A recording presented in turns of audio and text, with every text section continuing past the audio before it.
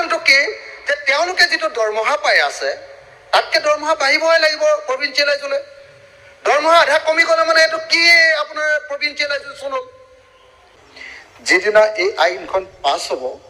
সেইদিনাই হ'ব এপইণ্টমেণ্টে কিন্তু এই যিবিলাক কৰ্মচাৰী আছে এইবিলাক কাহানিবাৰ পৰা 20 বছৰৰ পৰা 15 বছৰৰ পৰা চাকৰি কৰি আছে তেওঁলোক চাকৰি কৰি আছে উপাধ্যক্ষ ডাঙৰীয়া সেই চাকৰি কৰি থকা মানুহবিলাকে এই প্ৰভিঞ্চিয়েলাইজেশ্যনৰ পাছত আগতকে দৰমহা এতিয়া কমহে পাব দৰমহাটো চবৰে কমি যাব এতিয়া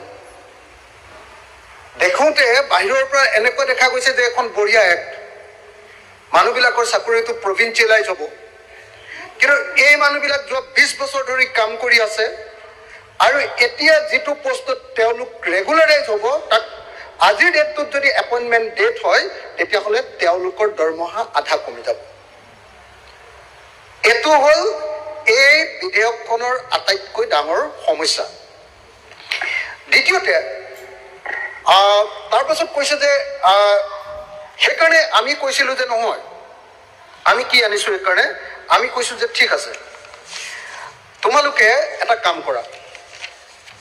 যে এপইণ্টমেণ্ট যদি সঁচাকৈ তেনেকৈ দিব লাগে appointment as per appointment done by the board and employees should be appointed as per their present designation with full pay protection. যদি ডেটটো যিদিনা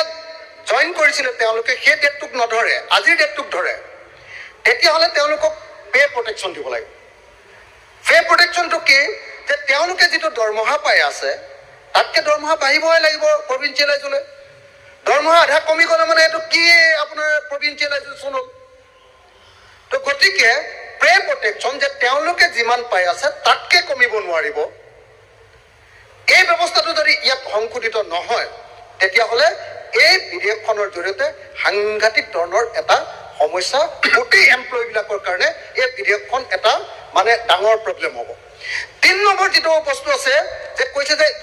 ইয়াত যিবিলাক পোষ্টত এতিয়া দিয়া হ'ব যিজন মানুহ আছে আজিৰ দিনটোত এমপ্লয়ী হৈ তেওঁৰ নামতে দিয়া হৈছে তেওঁৰ নামত কোনো কেডাৰ সৃষ্টি কৰা নহয় অৰ্থাৎ তেওঁ ৰিটায়াৰ কৰাৰ পাছত আকৌ একে হ'ব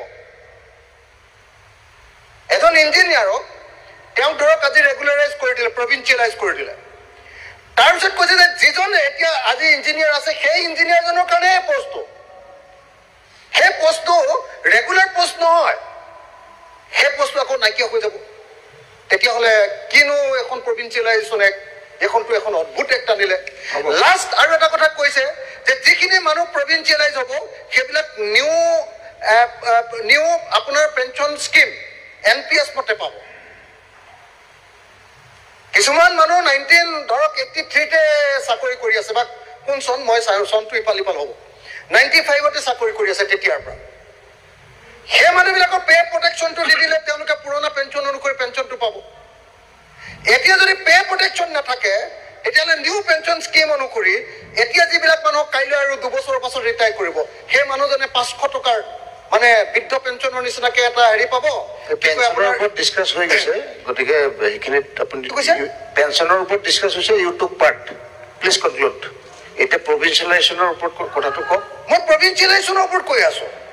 মই যিটো কৈ আছোঁ এতিয়ালৈকে যিকেইটা কথা কৈ আছোঁ তাত এটা শব্দ প্ৰভিঞ্চিয়েলাইজেশ্যনৰ পৰা ইফালে লোৱা নাই মই কৈ আছোঁ যে প্ৰভিঞ্চিয়েলাইজেশ্যনটো যদি কৰে তেতিয়াহ'লে যদি দৰমহা কম হৈ যায় তেতিয়াহ'লে এইটো প্ৰভিঞ্চিয়েলাইজেশ্যন বুলি নকয় ঠিক আছে কনক্লুড যদি সেই প্ৰভিঞ্চিয়েলাইজেশ্যন কৰি যদি আপোনাৰ পে প্ৰটেকশ্যন দি দিয়ে পে প্ৰটেকশ্যনটো থাকি গ'লে মানে তেতিয়াহ'লে তেওঁলোকে পেঞ্চনটো পাব হ'ব আৰু যদি কেডাৰ সৃষ্টি নকৰে তাত এটা পোষ্ট এটা সৃষ্টি নকৰে যে এই পোষ্টটো সৃষ্টি কৰা হ'ল এই প্ৰভিঞ্চিয়েলাইজেশ্যন কৰি যদি নকৰে যিজন মানুহ আছে সেইজনলৈকে থাকিব তাৰপিছত আকৌ একেটাই হ'ব মিউনিচিপালিটিবিলাক গতিকে এইটো এটা সাংঘাতিক ধৰণৰ এখন হেৰি আনিছে য'ত মানে মানুহক অকল দেখুৱাবৰ কাৰণে কথা কোৱা হৈছে গতিকে মই ভাবোঁ যে ইয়াত যদি ফাণ্ডামেণ্টেল এই প্ৰব্লেমবিলাক